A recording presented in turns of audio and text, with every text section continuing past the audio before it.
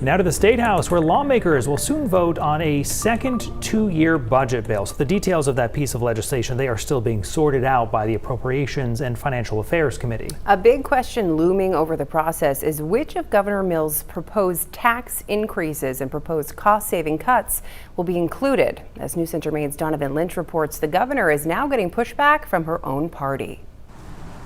At the State House, Governor Mills' budget proposal drawing opposition from a growing number of Democrats. Because a lot of those tax hikes in our budget hit the middle class and affect essential services. After passing an $11.3 billion spending plan in March, the legislature is drafting a Part 2 budget, weighing initiatives first laid out by the governor in January. They include increases in taxes on certain goods like cigarettes, adult-use cannabis, and private ambulance services. Democratic Senator Joe Baldacci would rather raise state money through different means. I think it makes more sense to have those making over $1 million a year pay a little bit more, to strip out the tax hikes in her budget.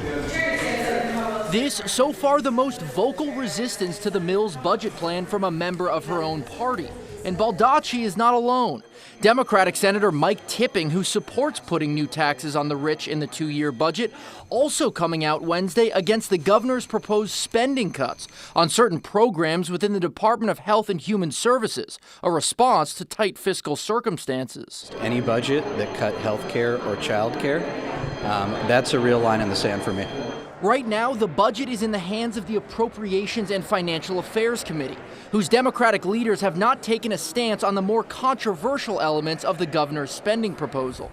But with Republicans firmly against any budget that has tax hikes, the will of rank-and-file Democrats could decide which taxes and spending gets in the budget bill that the governor will then be asked to sign. The budget that passes is going to have to get Democratic votes. And we did reach out to the governor's office for comment, with a spokesperson referring us to an excerpt from Governor Mills' State of the Budget speech earlier this year, saying, quote, "Just as I don't like proposing cuts to programs, I also don't like proposing revenue increases, even targeted ones." And remember, if the legislature passes this bill, the governor still has her veto pen. In Augusta, Donovan Lynch, News Center, Maine.